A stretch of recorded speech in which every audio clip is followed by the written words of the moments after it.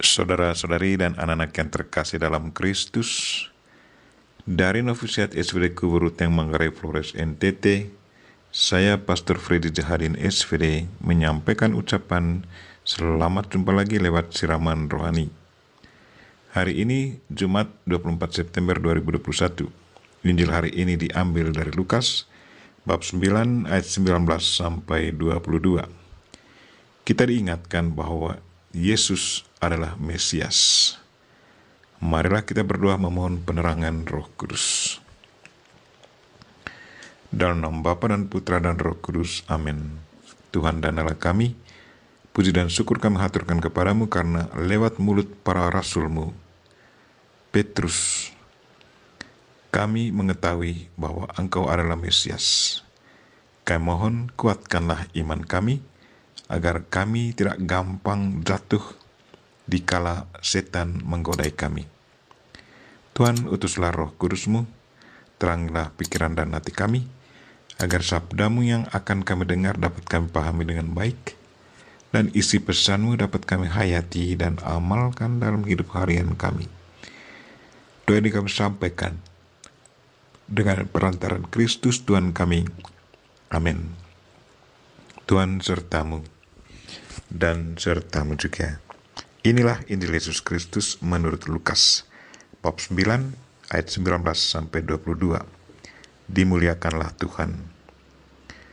Pada suatu ketika Yesus sedang berdoa seorang diri, maka datanglah murid-muridnya kepadanya. Yesus lalu bertanya kepada mereka, "Kata orang banyak, siapakah aku ini?" Mereka menjawab, "Yohanes Pembaptis." Ada juga yang mengatakan Elia. Ada pula yang mengatakan bahwa seorang dari nabi-nabi dahulu telah bangkit. Yesus bertanya kepada mereka, "Menurut kamu, siapakah aku ini?" Jawab Petrus, "Mesias dari Allah." Lalu Yesus melarang mereka dengan keras supaya mereka jangan memberitahukan hal itu kepada siapapun. Dan Yesus berkata, Anak manusia harus menanggung banyak penderitaan dan ditolak oleh tua-tua, imam-imam kepala, dan ahli-ahli Taurat, lalu dibunuh dan dibangkitkan pada hari ketiga. Demikianlah Injil Tuhan.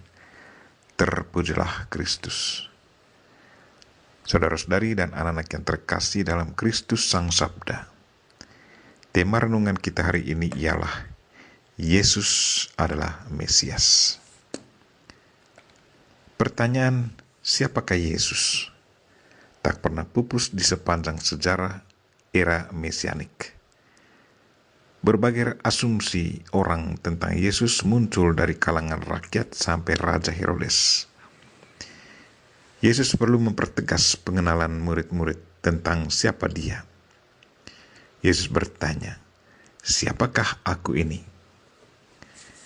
Bukan menurut pendapat orang banyak, tetapi menurut diri mereka sendiri. Petrus menjawab, "Mesias dari Allah." Petrus menjawab dengan benar, sementara menurut orang lain, ada yang katakan Yohanes Pembaptis, Elia, atau satu dari para nabi. Pernyataan mereka semua adalah benar. Pernyataan mereka semua adalah salah. Yang benar hanyalah Petrus. Berapa pengenalan akan Yesus dari orang banyak? Yesus dari Nazaret, anak tukang kayu Yusuf, Rabi yang mengajarkan kerajaan Allah, penyembuh penyakit, dan pengusir setan. Maka mereka berpendapat bahwa Yesus mungkin Yohanes Pembaptis atau Nabi Elia yang bangkit. Sama sekali tak ada dalam benak mereka bahwa Yesus adalah Mesias. Karena gambaran Mesias yang diharapkan bangsa Yahudi adalah raja yang akan menjadi pembebas dari penjajahan bangsa Roma. Raja yang agung dan perkasa. Sedang Yesus sama sekali tidak menampakkan sifat rajawinya. Pengakuan Petrus dan murid-murid tidak perlu disebarluaskan. Mengapa? Karena waktunya belum tiba. Sekarang Yesus pusatkan perhatiannya untuk mengajar, menyembuhkan orang sakit, mengadakan mukjizat-mukjizat. Sesudah Yesus menanggung banyak penderitaan dan ditolak oleh tua-tua, imam-imam kepala, dan ahli-ahli Taurat, lalu dibunuh dan dibangkitkan pada hari ketiga. Maka pada waktu itu, para murid Kristus mulai mewartakan bahwa Yesus adalah Mesias. Saudara-saudari dan anak-anak yang terkasih dalam Kristus, pengakuan ini amat penting. Yesus adalah nama pribadi, sedangkan Mesias, Kristus adalah gelarnya. Mesias berarti yang diurapi untuk menyelamatkan manusia, bukan hanya penderitaan jasmani, tetapi dari dosa dan maut.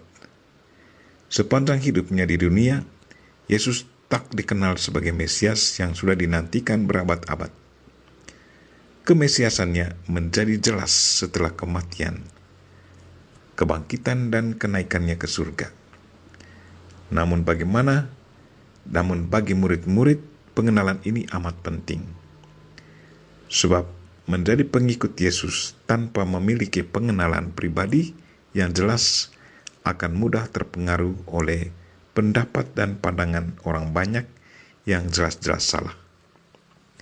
Kita bersyukur karena lewat kitab suci, tulisan-tulisan tentang Kristus, dan ajaran-ajaran tentang Kristus, kita semakin memahami bahwa Yesus adalah Kristus, Mesias yang diurapi dan menyelamatkan umat manusia. Kita berdoa semoga Tuhan selalu menguatkan iman kita, agar kita tidak gampang jatuh dikala setan menggodai kita. Amin. Marilah kita mohon berkat Tuhan. Tuhan sertamu dan sertamu juga.